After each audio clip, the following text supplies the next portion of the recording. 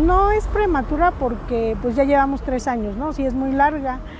En relación a las enfermedades, pues aún no se acaba, ¿no? Aún siguen, ¿no? Y de hecho tan es así que se han reportado casos, ¿no? Y aún tenemos muertes, ¿no? Por COVID-19. Es bien sabido porque es publicado, ¿no? Por la Secretaría de Salud. Tuve colegas que los conocí, que supe de su trabajo y supe cómo se infectaron, cómo se reinfectaron y cómo perdieron la vida. Sí es estresante, pero pues tomando las medidas necesarias de protección, aquí estamos, ¿no? Me contactaron para una visita domiciliaria cuando un paciente pues ya estaba bastante grave, ¿no? Y era un paciente de la tercera edad, entonces fue difícil ayudarlo porque pues el paciente se quejaba más de la dificultad para ingresar el aire a los pulmones, que es lo que da sensación de ahogo, ¿no? De asfixia. Pues esa es una sensación de muerte, ¿no? Que estábamos para ayudarle y que sí iba a hacer todo lo posible, ¿no? Y que le iba a ayudar el tratamiento. Y yo lo atendí por la madrugada, entonces sí le tomaron el estudio por la mañana, pero falleció en el transcurso de ese día, ¿no? Es que ya estaba muy complicado, ¿no? Y no se atendió en tiempo. Sí, yo pienso que para empezar no teníamos la infraestructura. De hecho, no tenemos la infraestructura para la atención a toda nuestra población en diferentes enfermedades, ¿no? Si estamos hablando del sector salud en general. Hubo equipo de protección, no quizás a decir que era suficiente, ¿no? Pero sí lo necesario, ¿no? Sí lo necesario. Pero aún así, como no era suficiente, por medio de que esa insuficiencia no bastaba para ese personal, sí se infectaron muchos compañeros, ¿no? Camilleros, médicos, enfermeras, y perdieron la vida, ¿no? O sea, sí hay muchos casos reales, ¿no? E inclusive en nuestro instituto, que tiene más controlado que los servicios de salud el abasto de todo esto, ¿no? De medicamentos y de instrumental y de equipo de protección.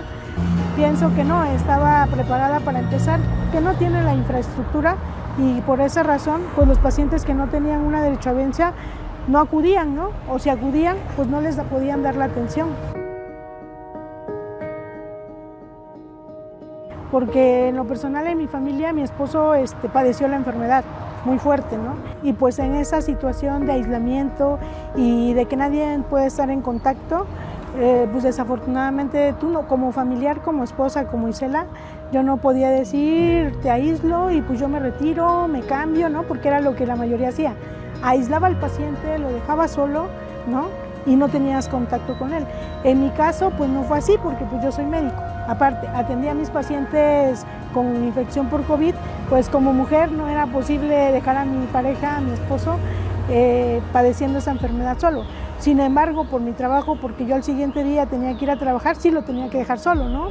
En una noche fue una experiencia personal, pues sí muy fuerte, como usted me pregunta, porque tenía 38,5, 39 grados de temperatura mi esposo, y a pesar de ponerle medicamentos para la fiebre, su tratamiento, al siguiente día amanecía con 39 grados y deshidratado, y yo lo tenía que dejar, ¿no? Porque tenía que irme a mi trabajo, a mi consulta, y seguir trabajando y regresar estresada, preocupada. Y también el temor de ingresarlos, porque al ingresarlos a un área COVID también tienen alto potencial de contagio y de complicación de otras infecciones, como le decía, ¿no? Bacterianas, ¿no?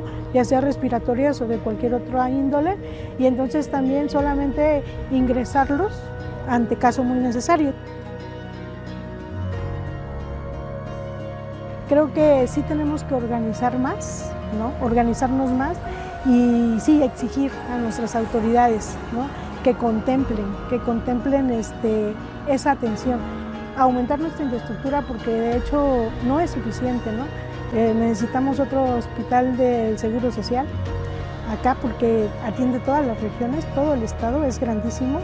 Necesitamos más atención, más infraestructura por la Secretaría de Salud para atender a la población en general. Si nosotros como Instituto Mexicano del Seguro Social lo requerimos, la Secretaría de Salud lo requiere el doble, porque ellos deben atender mucho más población, ¿no? En relación a eso, sí, yo le pediría a las autoridades, ¿no? A los políticos, a los diputados, a los que tienen el poder de modificar esto, que lo hagan, porque nosotros, aunque pues exijamos, aunque hagamos manifestaciones, aunque lo que hagamos, no tenemos la pluma para firmar y designar recursos para esa infraestructura, pensar en los más necesitados, porque llega un momento que no pueden ellos solventar, y es triste ver que la gente que no tiene recursos y tiene la enfermedad y está a punto de morir, pierde la vida por eso, porque no tiene un lugar donde pueda llegar o saber, ¿no?